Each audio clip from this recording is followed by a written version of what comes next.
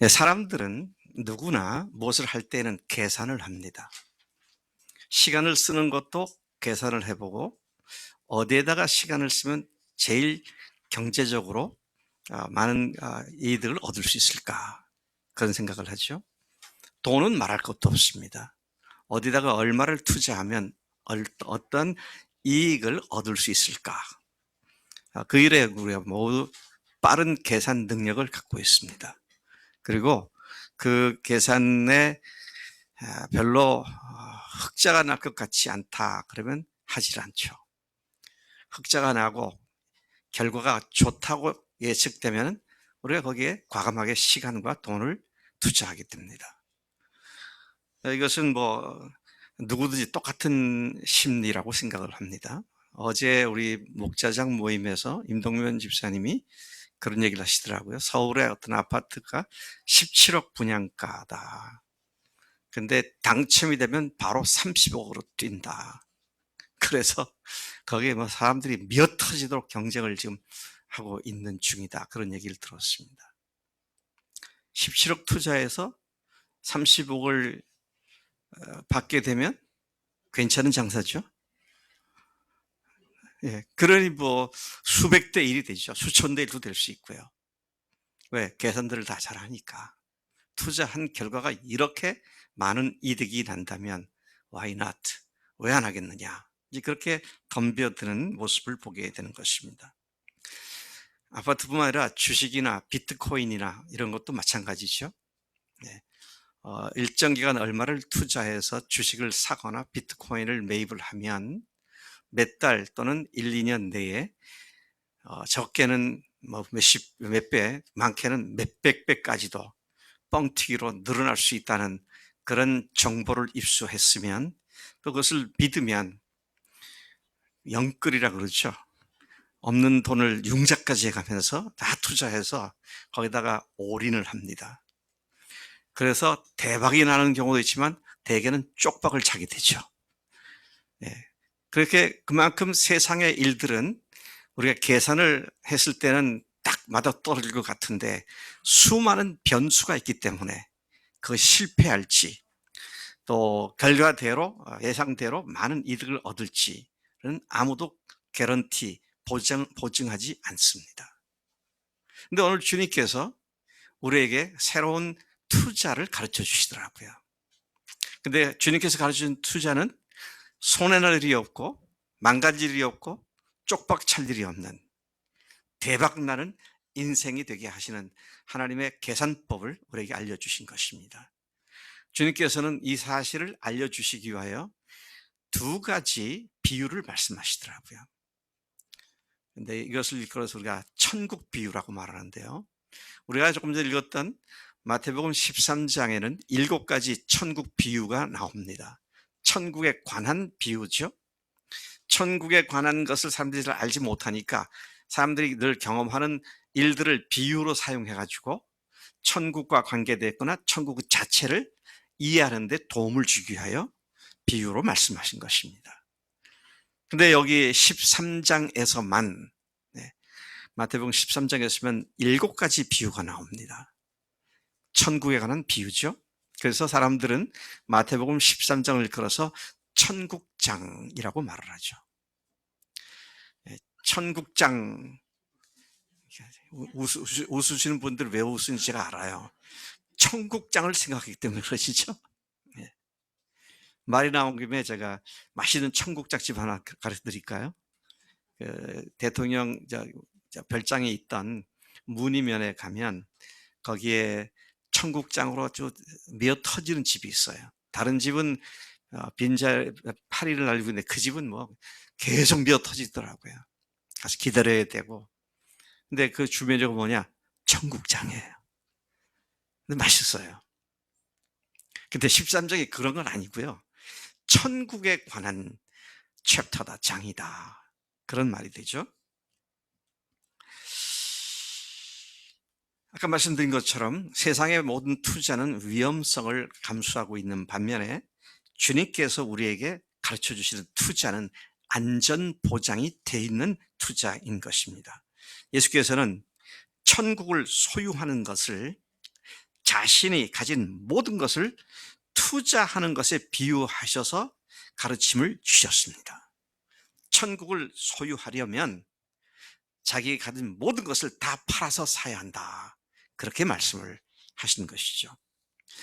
우리가 예수를 믿기만 한 구원 얻는다라는 말을 들을 때 아주 간단하게 그 이야기를 단순화시켜 갖고 믿기만 하면 된다는 말을, 그 사실을 인정하고 믿는다고 하면 된다, 그렇게 잘라서 완전히 가운데 토막을 다 잘라버리고 끝에 토막만 갖다 붙여서 그렇게 말하는데, 그것은 큰 실수입니다. 정말로 큰 실수입니다. 왜냐하면 예수님을 믿을 때 그분을 누구로 믿으라고 그랬어요? 주님으로 믿으라고 그랬습니다. 우리 임동면 집사님이 제가 보기에는 남자들 중에 누구보다 강인한 분이라고 생각되죠. 근데 세상 사람들 중에 임 집사님이 당신 나의 주인이십니다, 그런 사람이 있습니까? 없잖아요. 없을 줄 알고 제가 물은 거예요. 근데 누구의 주인이다, 당신이 나의 주인이라는 말은 뭡니까? 나는 당신의 종입니다, 그런 말이죠. 여러분, 이것이 2000년 전에 기록된 책이니까 오늘날의 뭐 고용주와 피해 이런 개념이 아니고요. 생사를 여탈권을 갖고 있는 주인과 종과의 관계를 통해서 지금 말씀하고 있는 것인데, 그런데 예수님을 나의 생명을 주시는 하나님으로, 그래서 내 인생을 더 이상 내가 주인 노릇하지 않고 예수님을 주인으로 모시고 살아간다고 하는, 이게 예수님을 믿으면 구원받는다는 말인데, 오늘날 이 주님이란 개념은 빠져버리고 구세주로 믿어서 구원 얻는 이런 개념을 많이 갖고 있더라고요. 엄밀히 말하면 이건 사기입니다. 엄밀히 말하면 이것은 사입입니다. 예수 믿으면 구원받는다, 그 말은 맞지만 그분을 어떤 분으로 믿는가가, 믿는다는 말이 무슨 뜻인지를 제대로, 가운데 토목을 제대로 알고 믿어야 그게 참 믿음이죠. 사람들은 믿으면 구원받으니까 너무 쉽잖아요. 쉬우니까 부담 없이 받아들여요. 근데 그분이 주님이시다 그러면 좀 부담스러운데? 이렇게 생각하게 되죠. 이제 그렇게 되면 그 다음에 신앙생활은 어떻게 됩니까? 위선과 거짓으로 가득 차게 될 수밖에 없다는 것입니다. 자, 이것은 주님께서 그래서 믿는 것이 뭔지, 천국에 들어가는 것이 뭔지 오늘 강력하게 두 가지 비유를, 우리가 읽은 본문 말씀에서는 두 가지 비유를 통해서 말씀을 해 주십니다. 그리고 그 천국에 들어가는 비결로서의 조건이 충족되지 않은 사람들은 지옥에 간다, 그렇게 말씀하고 계십니다. 이거는 잘 믿다가 상을 얼마나 잘 받느냐, 좋은 상 받느냐, 상을 받지 못하냐, 이런 문제가 아니고요. 구원 받느냐 받지 못하느냐 하는 구원 문제와 직결된 말씀을 하고 계시기 때문에 우리가 처음 믿을 때부터 예수님을 제대로 알고 믿는 것이 너무도 중요한 일이다 라는 사실을 우리가 주목하지 않을 수가 없는 것이죠. 예수님께서는 천국을 소유하는 것을 자신이 가진 모든 것을 다 팔아서 투자하는 것에 비유하셨습니다. 그렇게 천국을 소유하는 것이다, 그렇게 가르쳐 주셨습니다. 천국은 자신의 모든 것을 팔아서 사는 것이다, 그렇게 말씀하신 것이죠. 그렇지 않으면, 자신의 모든 걸 다 팔아서 사지 않으면 마지막 때에 구원받았다고 하는 자들 중에서 자신의 모든 것을 팔아서 천국을 실제로 소유한 사람들과 그렇지 못하고 무늬만 구원받았다고 하는 자들 중에서 그들을 갈라낸다 그랬습니다. 갈라내서 가짜들은 모두 내버려 지옥불에 들어가게 한다. 와, 이거는 아까 말씀드린 구원의 문제지 상급의 문제가 아닙니다. 참으로 두렵고 무시무시한 말씀입니다. 사실 설교자가 두렵고 무시무시한 설교를 한다는 게 굉장히 마음에 부담이 돼요. 교인들이 이 말씀을 듣고 참 은혜 받고 변화되면 좋은데 그냥 짓눌리는 마음을 가지면 어떡할까, 이런 생각 때문에 이런 설교를 잘 안 하려고 그래요. 근데 우리가 믿을 때 이거 제대로 카운트하지 않고 그냥 대충 믿어가지고는 천국하고는 아무 관계가 없는 사람이니까 중간중간에 이런 것들을 반드시 점검할 필요가 있다라는 생각인 것이죠. 오늘 본문 말씀을 통해 이 가르침을 제대로 배우고 이해하여 진정으로 천국을 소유한 자로서의 세움받는 삶이 되기를 축복합니다. 오늘 이 말씀에서 첫 번째 주목해 보는 것은 천국은 마치라는 문구입니다. 13장을 아까 천국장이다 그랬는데 여기 보면 7가지 비유가 나옵니다. 천국은 마치 뭐뭐 같다. 그렇게 말씀하시는데요. 예를 들어서 1절부터 30절까지는 천국은 마치 씨 뿌리는 자가 씨를 뿌렸을 때 4종류의 밭에 뿌려진 것과 같다. 그래서 그것을 구체적으로 설명해 주고까지를 포함하니까 1절부터 30절 긴 본문의 내용들이 그것을 다루고 있습니다. 31절부터 33절까지는 겨자씨 비유와 누룩의 비유를 말씀하셨고요. 36절부터 43절까지는 가라지 비유를 말씀하셨고, 오늘 읽은 본문 말씀에서는 3가지 비유, 감추인 보화를 사는 것, 극상품 진주를 사는 비유, 그리고 고기를 가득 잡은 그물의 비유를 말씀하고 계십니다. 그리고 51, 52절에서는 새 것과 또 옛 것에 대한 비유로 이 비유가 끝을 맺게 되죠. 성경이 말하는 천국의 의미는 크게 2가지로 구분해 볼 수 있습니다. 천국 또는 하나님의 나라. 우리말 성경엔 대부분 이제 천국으로 표현되어 있거나 하나님 나라 이 둘로 표현되어 있는데, 영어 성경을 보면 대부분이 한 표현을 집중적으로 말하고 있는데, 그건 뭐냐면 하나님의 왕국, Kingdom of God, 하나님의 왕국이라는 표현되어 있습니다.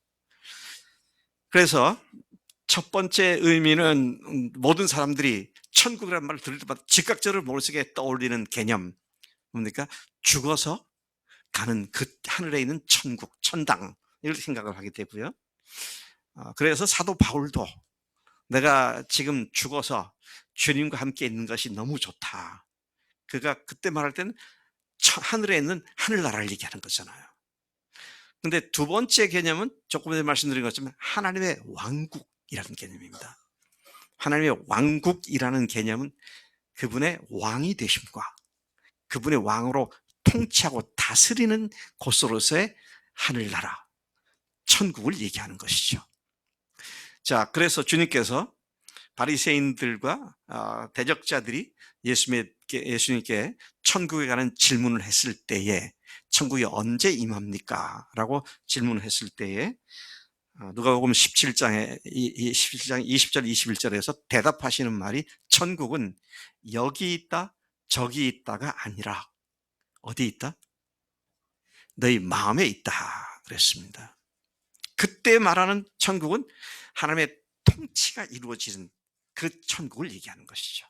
그래서 신약성경은 이 2가지를 다 얘기하고 있는데, 어떤 문맥에서는 죽어서 가는 하늘나라를 천국으로 표현되고 있고, 어떤 문맥에서는 그분의 통치와 다스림이 이루어지는 장소로서의 하나님의 나라, 그분의 왕국, 그렇게 표현되어 있기도 한 것입니다.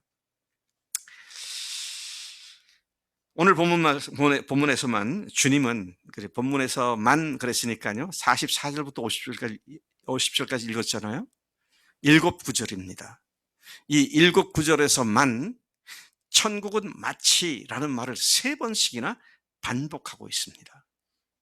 44절, 45절, 47절에서 비유를 말씀하실 때마다 천국은 마치 이와 같다. 천국은 마치 이와 같다. 그렇게 말씀을 하시는 것이죠. 이는 천국과 관계된 중요한 사실들을 알려주는 매우 중요한 말씀이다 라는 사실을 우리에게 일깨워주고 있습니다. 첫 번째와 두 번째 언급은 천국을 소유할 수 있는 조건을 말하고 있고요. 그 조건이라는 건 한마디로 천국을 소유하려면 내 모든 것을 다 팔아서 포기하고 팔아야 한다, 그런 말씀이고요. 또 그 말 속에는 뭐가 포함되니까 가족도 포기해야 되고 재산도 포기해야 되고 명예도 포기해야 되고 자기 자신의 꿈과 계획도 포기하고 자기 자신 자체를 포기해야 한다. 이런 말씀들이 다 함축되어 있는, 포함되어 있는 말씀인 것입니다. 그래서 이 말씀을 더 잘 분명히 알려주기 위해서 주님은 두 가지 비유로 설명을 해주고 계시는 것인데, 첫 번째가 감추인 보화가 있는 밭을 발견한 사람이 자기 소유를 다 팔아서 그 밭을 사는 것과 같다. 그렇게 말씀하셨습니다. 어떤 사람이 어떤 사람의 밭에 가서 일꾼으로 일당을 받고 일을 열심히 하고 있었는데 괭이질을 하는데 끝에 뭐가 딱딱하게 걸려요. 그래서 뭔가 하고 잘 파보니까 큰 괴짝이 하나 나오고요. 괴짝을 살짝 조심해서 열어보니까 거기에 금은 보화 폐물이 가득해 있는 겁니다. 얼마나 놀랐겠어요. 이런 보물상자가 여기 있었구나. 여러분이면 그 다음에 어떻게 하시겠어요? 와, 보물이다, 보물! 그러겠어요?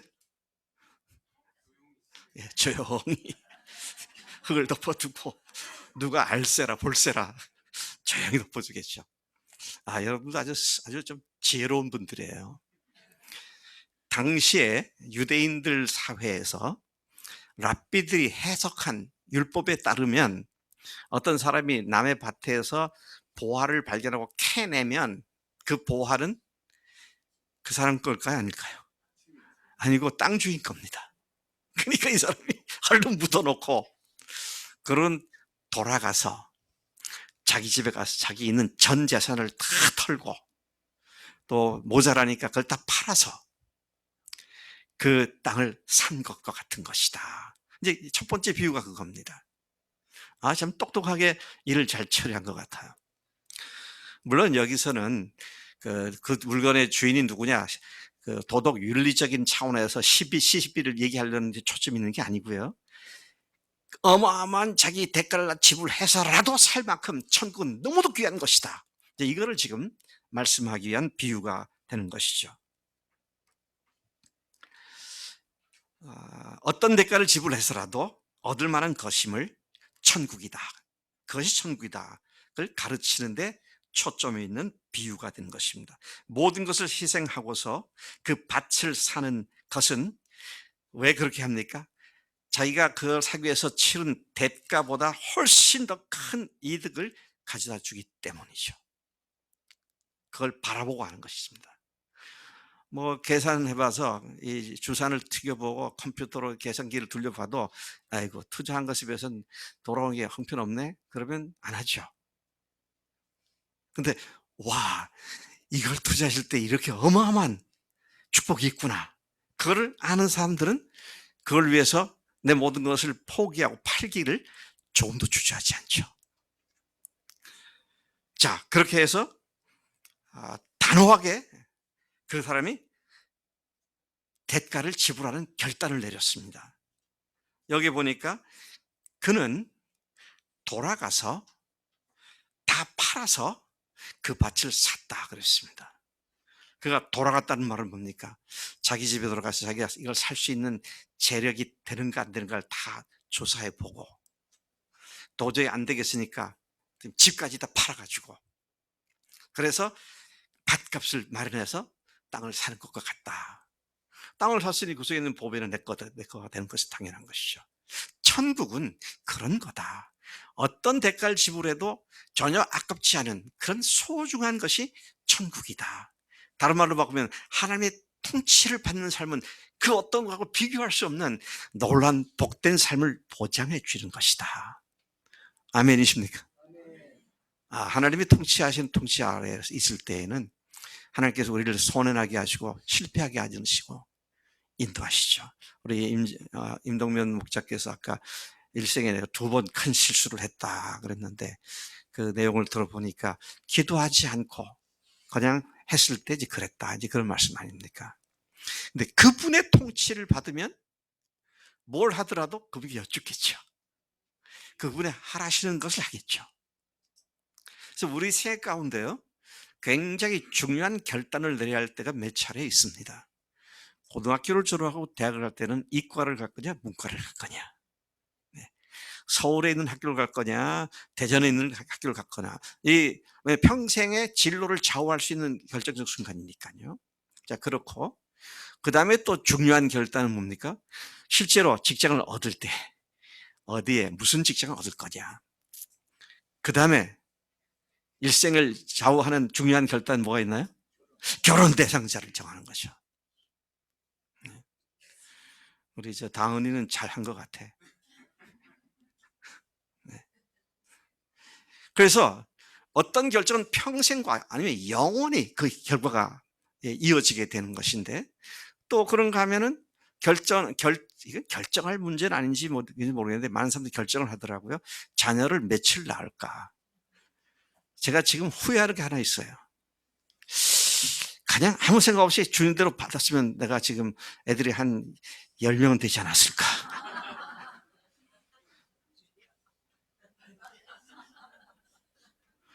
요즘은 애들 많이 날아가면 욕같이 느끼더라고요. 근데 여러분, 나라가 지금 망하게 돼 있어요.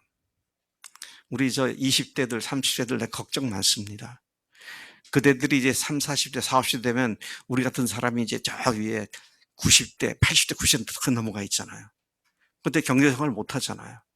그럼 지금 20, 30대가 열심히 돈 벌어갖고 나이 든 사람들 먹여 살려야 돼. 병원, 의료보험도 해줘야 되고.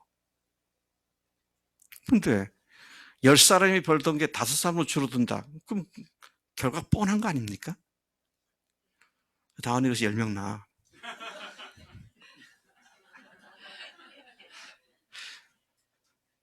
우리가 너무 짧은 견해를 갖고 있어요. 조금 멀리 보면 이것이 어떻게 우리에게 분모랑이 돼서 어마어마한 빅을 가져오게 되는 것인지, 어떻게 축복을 가지고 되는 것인지 이걸 봐야 되는데, 당장에 내 생각에 좋다고 하는 것에 몰입하다 보니까 하나님의 뜻을 어그러뜨리고, 당장은 좋은 것 같은데 나중에 크게 후회가 되는 이런 일들이 비일비재하게 발생을 하더라는 것입니다. 근데 아까 말씀드렸잖아요. 하나님의 계산과 계획은 실패가 없고 실수가 없으세요. 믿으십니까? 저를 보세요. 저를 보세요. 제가 평생 어떻게 하면 돈을 벌까라는 생각을 해본 적이 없어요. 예. 근데 이상하게 선교지에 가면 돈 벌 게 많이 보이더라고. 그래서 뭐 그렇다고 제가 가서 또 사업할 수도 없고, 그래서 교인들한테 갖다 알려주면 사람들이 응답을 안 하더라고. 예. 그래서 내가 지금 어디 가고 있죠? 예, 하나님의 계획과 하나님의 원리의 원칙은 결코 우리를 실패하게 만들거나 손해나게 하지 않는다는 것입니다. 주님이 우리의 길을 주도하시는 주님이시니까, 나는 그분의 종이니까 내가 계획하고 하나님 도와주세요가 아니고요. 그건 하나님을 부려먹는 거죠. 주님이 나에게 이런 말씀을 주셨고 이런 확신을 주셨기 때문에 저는 순종합니다. 그리고 가게 되면 주님께서 그런 생각을 주시고 명령하신 분이 그분이시니까, 그분의 전지전능하신 그 능력으로 우리의 길을, 순종하는 자의 길을 평탄케 열어주신 줄로 믿습니다. 자, 지금 주님께서 그 말씀하신 겁니다. 너희들 것 다 포기해라. 너희 갖고 전부 팔아라. 그리고 천국을 살아. 천국을 산다는 말은 그분의 킹덤, 그분의 왕 대신 앞에 굴복하고 그분의 통치 속에 들어간다는 말씀이잖아요. 그러니까 내 생각이 아니고 그분의 뜻을 따라 순종하는, 이것이 밭을 살 때 지불하는 대가가 갖고 있는 의미가 되는 것이다, 것이죠. 네. 저는 우리 임민수 형제가 예수 믿고 얼마 안 돼서 고백한 얘기가 늘 마음속에 남습니다. 아이고, 하나님께 항복하고 나니까 모든 게 평탄하게 된다고 말이죠. 그러셨잖아요. 예. 지금도 참 하나님께 할 때 하나님마다 평탄케 하신 거 보고 참 감사해요. 근데 본인이 아이디어를 내가지고 막 하는데 안 되고 그러면 또 복잡해지죠. 근데 주님께서 인도하신 대로 순종하니까 제가 옆에서 볼 때도 어떻게 이런 일들이 하나님께 이렇게 인도하실까? 아시는 대로 큰 수술을 받았잖아요. 근데 그전에 직장도 가지셨었어요. 몇 년 만에 직장 가지셨잖아요. 무슨 뭐 그때 그 직장도 하나님께 주신 거라고 기뻐했는데 그만에 암이 발견돼 가지고 수술을 해야 되는데 저기 동사무소 갔더니 주민센터 갔더니 사회복지 담당 직원이 당신 그 회사 사표를 내라고 그래야 나라에서 주는 혜택을 받을 수 있다고. 제가 똑바로 기억하고 있죠. 예. 뭐 하나님이 하신 일이 너무 신기한 거예요. 지금 아마 회사 다닌다 그랬으면은 막 치료비 몇 천만 원 좀 물어내야 할 거라고. 근데 본인이 전혀 의도하지 않았는데 동사무소 직원 통해서 하나님께 그렇게 하시고요. 지금도 우리 임영재님 통해서 우리 이 선생님도 옆에 계시지만 계속 새로운 분들이 오게 되고 이제 보니까 좌우에 전도하신 분들이 계시네. 강성현 형제도 있고 좌청령 우백호. 근데 하나님께서 그분께 주님 되심을 인정하고 굴복하고 나니까 그분의 전지하심이 우리의 길을 인도하시고요. 그분의 전능하심이 우리의 길에 앞에 있는 장애물도 다 걷어버리시고 하나님께서 하나님의 능력을 행하신 줄로 믿습니다. 이것은 하나님께서 우리가 아끼고 아주 소중하게 여기는 걸 뺏어 가야 하나님께서 통쾌하시기 때문에 아니고요. 그분이 맡으셔야 실수가 없으시니까. 그분께 내가 맡기라고. 그분이 주님이시니까 너희들 모든 걸 다 포기하고 주님께 맡겨라. 지금 그 말씀이에요. 자, 그렇다면 우리가 갖고 있는 어느 것도 내 것이라고 주장할 것이 아무것도 없고요. 주님 것입니다라고 고백하고 주님이 내 가족, 내 직업, 내 재산, 내 명예, 내 꿈 주님 앞에 내려놓으니까 주님 주시는 꿈과 주님께 주시는 그 위치를 제가 열심히 존중하며 순종하며 나가겠습니다. 지난 수요일인가요? 제가 미국으로부터 놀라운 전화 한 통을 받았어요. 미국 한인 침례교 총회에서 금년 10월 달에 총회가 주관하는 목회자 세미나가 있는데 저를 주강사로 초청을 하기로 했다고. 만 75세가 넘었으면 사실은 목회자 세계도 퇴물이거든요. 개교에서 초청하는 이상이 있지만 총회가 초청한다는 건 별로 그렇게 들어본 적이 없어요. 근데 한인 침례교가 한 1000여 개 교회가 되는데요. 거기에 총회가 주관하는 세미나에 미국인 주강사 한 사람하고 한국인 주강사 한 사람, 그래서 둘이 이제 주강사가 되는데 한국인은 저를 갖다가 총회에서 임원들이 결정을 했다고. 참 놀랍습니다. 제가 요즘 이렇게 TV에서 그 오래된 배우들이 있잖아요. 남자들 말하면 이순재, 박근형, 또 신구, 최불암, 네. 이런 사람들 보니까 나하고 나이가 비슷하거나 나보다 많더라고요. 또 여자들도 보면은 누구죠? 저기 나문희 또 누구 있어요? 잘 나오는 사람 김혜자 또 누구죠? 네? 김수미 김수미 뭐 이런 사람들 보니까 저보다 나이가 비슷하거나 한두 살 어리거나 또 많아요. 이 사람들이 연기하는 걸 그렇게 보면 농익었더라고요. 아주 농익은 연기를 하더라고요. 그런데 목회자 중에서 나이 든 사람을 총회해서 초청을 한다? 참 들어본 일이 없어요. 근데 제가 저를 초청하고 들었잖아요. 참 하나님께서 저는 뭐 생각지도 않았는데 그런 초청을 하게 만드시는 걸 보면서 하나님이 하실 일이 있구나. 그래서 기쁜 마음으로 순종하고 가면 되는 거잖아요. 제가 거기 참석하려고 제 아들한테 이렇게 딱 그걸 뭐라 그러나 당구에 희내로 준다 그러나 이렇게 딱 찔러서 맞춰가지고 누굴 통해서 그렇게 할 이유도 없고요. 그런데 하나님께서 그 일을 하신다고 하시죠. 그분이 아시고, 그분이 어디에 누가 적재적소에 쓰임 받을지를 아시고 사용하시기 때문에, 그럼 목사분들은 나도, 우리 서집사님도, 우리 곽시연 자매도 믿음하러 이제 완전하게 빛 가운데 들어와 가지고 순종하면 하나님께서 상상도 못했던 놀라운 일들을 행하시죠.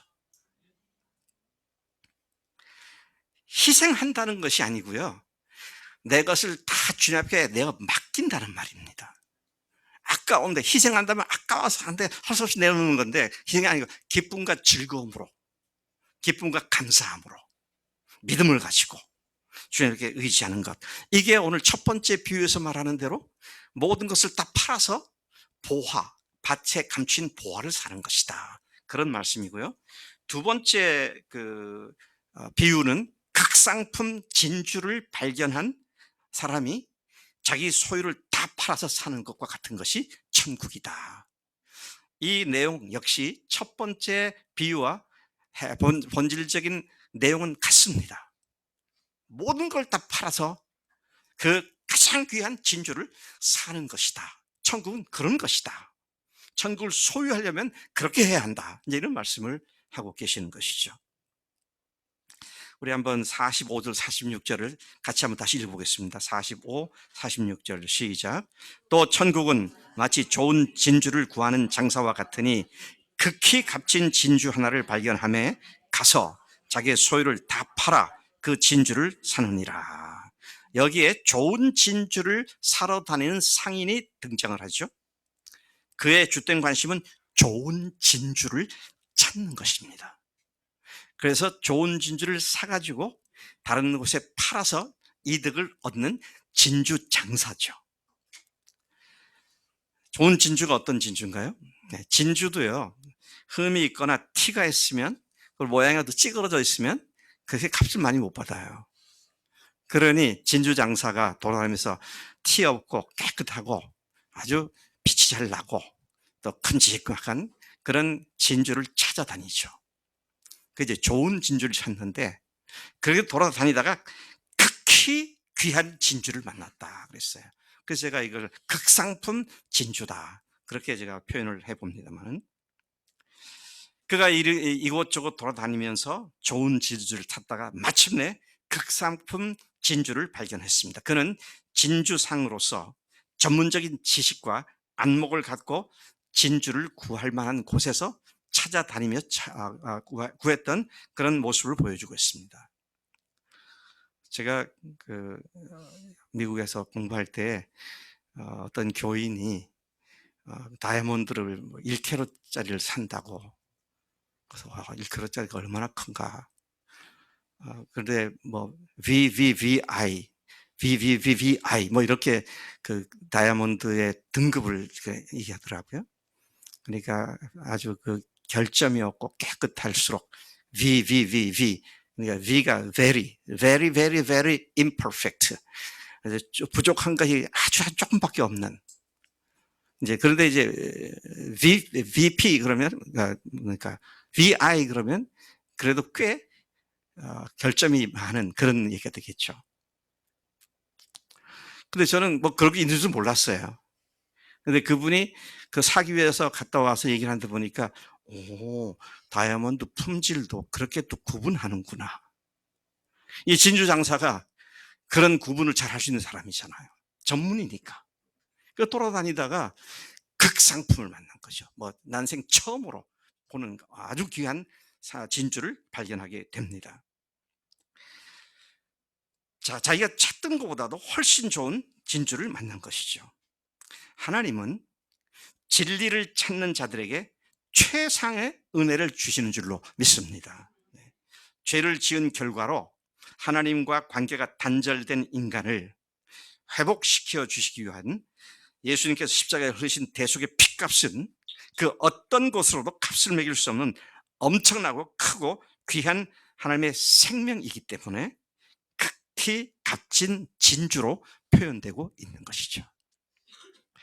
예수님 안에 있는 이 생명, 그분이 하나님이시며 주님으로서 당신의 피를 흘리신 그 피, 하나님의 피가 세상의 어떤 것하고 견줄 수 없는 극상품에 해당하는 진주가 바로 우리가 믿는 예수님의 십자가와 부활의 능력인 줄로 믿습니다.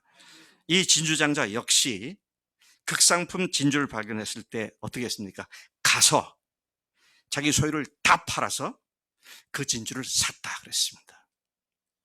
정말로 내 인생에 가장 귀한 진리이신 예수님을 만났다면 그 예수님을 마음속에 모셔드릴 때에 내가 갖고 있는 모든 나의 것들을 다 포기하고 그분을 그 자리에 모셔드리는 것. 내가 가장 소중히 여겼던 그 마음의 핵심에다가 예수님을 모셔드리는 것. 이것이 내 자신의 모든 것을 팔아서 예수님의 그 진주를 사는 것이다. 그렇게 이야기를 할 수 있습니다. 창조주이시며 우리를 위해 죽으시고 부활하신 예수님을 주님으로 모심으로써 천국을 소유하는 일은 우리의 모든 것을 포기하고 얻을 수 있는 최고의 가치를 지닌 것인 줄로 믿습니다. 이것을 구입하기 위해서 내 모든 것들을 내려놓는 것이 전혀 아깝지가 않고요. 더 내려놓지 못해서 안타까울 뿐이죠. 우리 아까 부른 찬송 94장이 뭐라고 있습니까? 주 예수보다도 귀한 것은 없네. 이 세상 명예와 바꿀 수 없네. 이 세상 부귀와 바꿀 수 없네. 이 세상 또 즐거움과 바꿀 수 없네. 그 어떤 것하고도 바꿀 수 없네. 그렇죠. 더 귀한 것은 없네. 그랬습니다. 근데 혹시 찬송을 부를 때는 그렇게 부르는데 실제 내 삶에는 주 예수보다도 귀한 것은 너무너무너무 많네. 그렇진 않은가 말이죠. 이 세상 부귀로 얼마든지 바꿀 수 있네. 주님께서는 우리의 차선을 요구하신 것이 아니라 우리의 최선을 요구하신 줄로 믿습니다. 내가 갖고 있는 내 모든 것들을 주님 앞에 내려놓을 때에 주님께서는 내려놓은 그 모든 영역에서 그분의 능력을 우리를 통해서 마음껏 드러내시게 되는 줄로 믿습니다. 내 거라고 계속 주장하는 한 주님께서 그의 생애를 가장 귀한 삶으로 인도할 수가 없다는 것이죠. 그런 의미에서 내 계획, 내 꿈, 내 생각 이런 것들을 일찌감치 내려놓고 주님 앞에 달려가야 마땅한 줄로 믿습니다. 이 비유는 그다음에 이제 예수님께서 마지막으로 세 번째로 주신 그 비유가 있는데요. 이 비유 끝에 뭐라고 말씀하시냐면 의인 중에서 악인을 갈라낼 것이다. 그렇게 말씀하십니다. 상당히 무시무시한 말씀이에요. 주님은 매우 엄격한 가르침과 경고를 세 번째로 주십니다. 그게 세 번째 비유인데 47, 48절입니다. 같이 한번 읽어보세요. 47, 48절 시작. 또 천국은 마치 바다에 치고 각종 물고기를 모으는 그물과 같으니 그물에 가득함에 물가로 끌어내고 앉아서 좋은 것을 그릇에 담고 못된 것은 내버리느니라.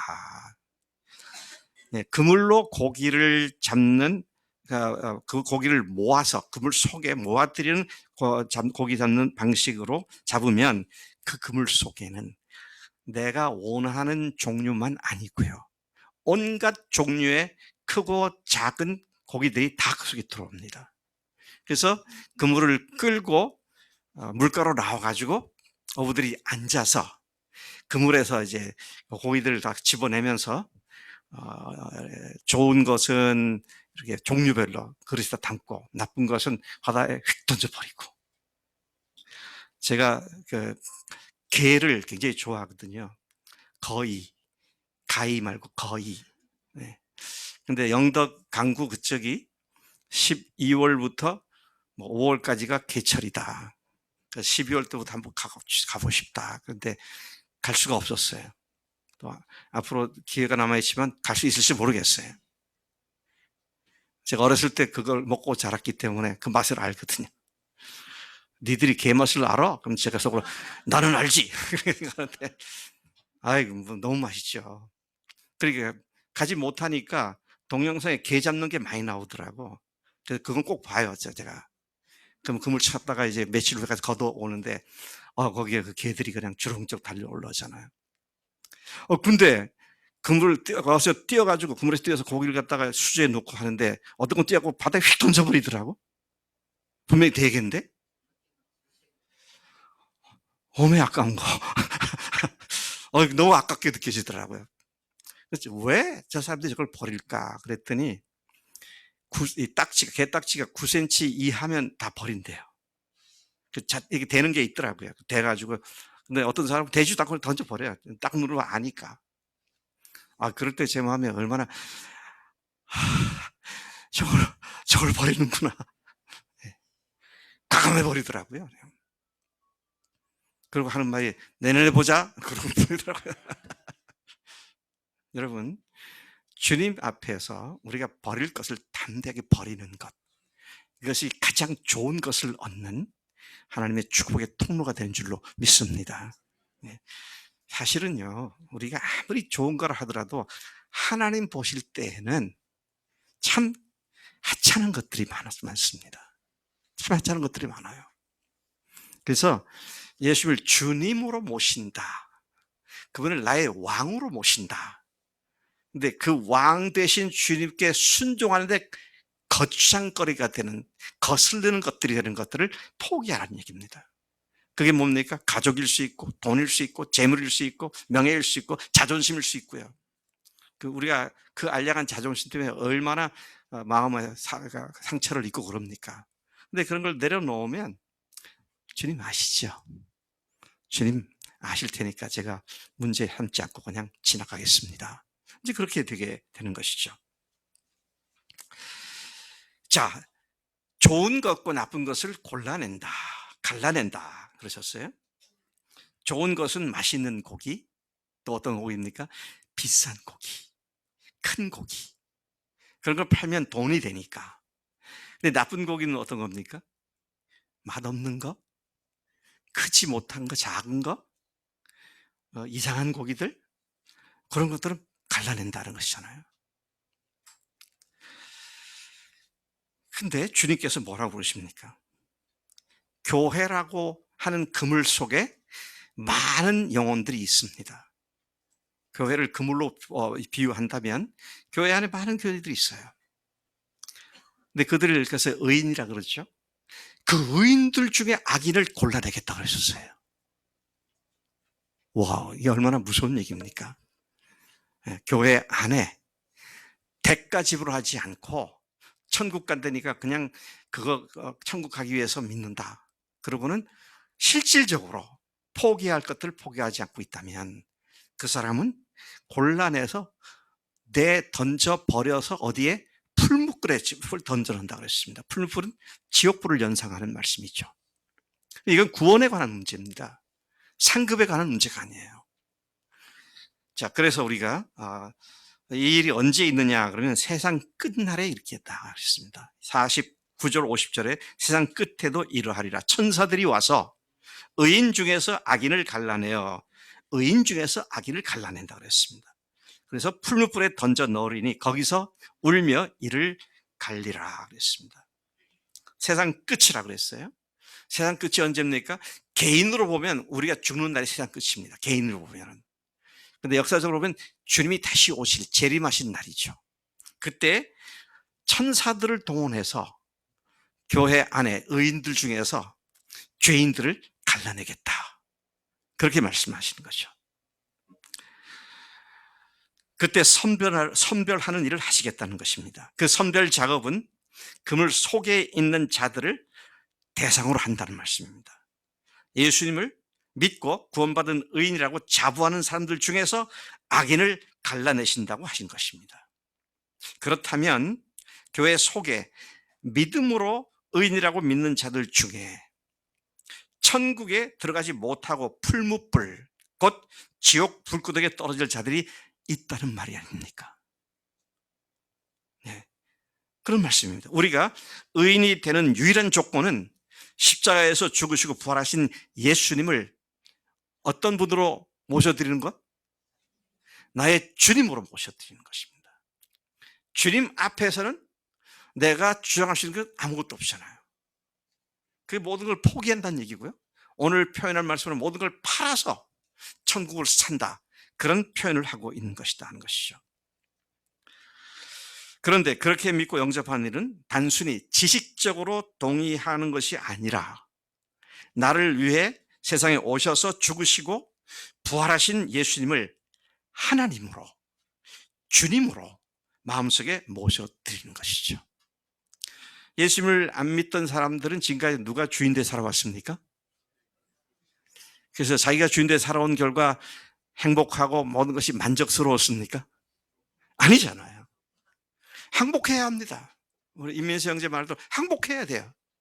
그러면 그분이, 다 하시는 분이, 모든 걸 하시는 분이 우리의 길을 하나님의 영광스러운 복된 자리로 인도하신 줄로 믿습니다. 그리고 우리가 죽을 때는 당연히 천국으로까지 인도하시게 되는 것이죠. 아멘. 그래서 유일한 조건 뭐라요? 모든 것을 팔아서 사야 한다는 것입니다. 요한복음 3장 16절, 죄송합니다. 요한 1서 3장 16절 이렇게 말씀하고 있어요. 뭐라고 말씀하십니까? 그가 우리를 위하여 자기 목숨을 버리셨으니 이로써 우리가 사랑을 알고, 우리가 사랑이 뭔지를 알게 되는 건 예수님이 우리를 위해서 자기 목숨을 버리신 그 십자가의 사건 때문에 사랑이 뭔지를 알게 되었다 그랬습니다. 그리고 우리도 그분처럼 형제를 위하여 목숨을 버리는 것이 마땅하니라 그랬습니다. 여러분, 우리가 주님 앞에 모든 걸 포기할 수 있고요, 모든 것을 다 팔아버리고 주님을 살 수 있는 유일한 이유는 뭡니까? 그분의 사랑 때문입니다. 네, 사랑 때문에. 우리 다은 자매, 사귀는 형제를 사랑하지? 형제가 전화해서 만나자 그러면 나 바빠, 다음에 만나, 그래? 하들 얼른 멈추고 가겠죠. 왜 그래요? 사랑하기 때문에. 우리가 주님께 헌신하고 하는 것은요, 우리가 그러니까 아닙니다. 우리가 주님을 사랑하기 때문에. 근데 그 사랑이 어떻게 우리가 왔습니까? 그분이 먼저 우리를 사랑하셔서, 우리가 아직 죄인 되었을 때, 아직 불의했을 때, 아직 경건치 않았을 때, 아직 하나님과 원수가 되었을 때 그분이 먼저 찾아오셔서 우리를 위해 죽으시고 부활하셔서 하나님으로서 그렇게 하셨던 것을 믿을 수 있는 증거까지 주셔서, 그렇게 우리가 하나님의 자녀가 된 이 사랑을 받은 자들이기 때문에 내가 100번 죽었다 깨어나고 다 드려도 심하지만 더 하지 못해서 안타까울 뿐, 그 사랑이 우리 주 앞에 굴복해 하는 줄로 믿습니다. 이제 제가 말을 마치면서 여러분들에게 질문해 봅니다. 여러분, 집 포기하셨어요? 가족 포기하셨습니까? 여러분들의 직업 포기하셨어요? 여러분, 자신을 포기하셨습니까? 예수를 믿는다면 그 답이 네, 아멘, 그렇게 돼야 할 줄로 믿습니다. 예수 믿는다는 말은 그런 대가를 지불하고 나의 주인으로 오신다는 말씀이기 때문에, 혹 제가 이렇게 하셨습니까? 이렇게 하셨습니까? 질문할 때 여러분 마음속에 내가 자신 있게 대답 못하겠는데, 아직 내가 그렇게까지는 안 되는데, 그러면 참 제가 하고 싶지 않은 말인데 하겠습니다. 구원받지 못한 사람일 수 있습니다. 대가 지불 안 했으니까. 주님 말씀이 그걸 얘기한 거죠. 여러분, 그 포기하면 여러분 인생은 없어집니까? 아니요. 주님 안에서 내가 왜 여기에 있고 살아가야 하는지를 주님께서 가르쳐 주셔서 가장 의미 있고 복된 삶 가운데로 인도하실 줄로 믿습니다. 같이 기도하시겠습니다. 하나님 아버지, 감사합니다. 오늘 주님께서 참으로 우리가 듣기가 어려운 말씀이지만 그러나 피할 수 없는 분명한 말씀 주신 것 감사합니다. 주님, 천국을 우리가 알게 되었는데 예수님이 우리를 죽으시고 부활하심으로 말미암아 그분의 왕국의 백성이 되는 길을 우리에게 알려주셨는데, 이제 믿기만 하면 구원받는다는데 그 믿기만 한다는 말이 주님으로 믿는 것이고, 주님으로 믿는다는 말은 주님, 내 모든 것을 포기하는 것이라는 것을 분명하게 말씀해 주셨사오니 내가 내 모든 것을 포기한 자로 예수님이 나의 전부라고, 주 예수보다 귀한 것이 없다고, 세상 명예, 자랑 어떤 것도 주님을 대신할 수 없다고, 주님 나의 주님이시라고 고백하는 이 순전한 고백이 온 교인들 마음속에서 큰 기쁨과 즐거움과 확신과 담대함으로 고백되어지도록 역사하신 줄로 믿습니다. 감사하고 예수님의 이름으로 기도로 쌉나이다. 아멘. 아멘.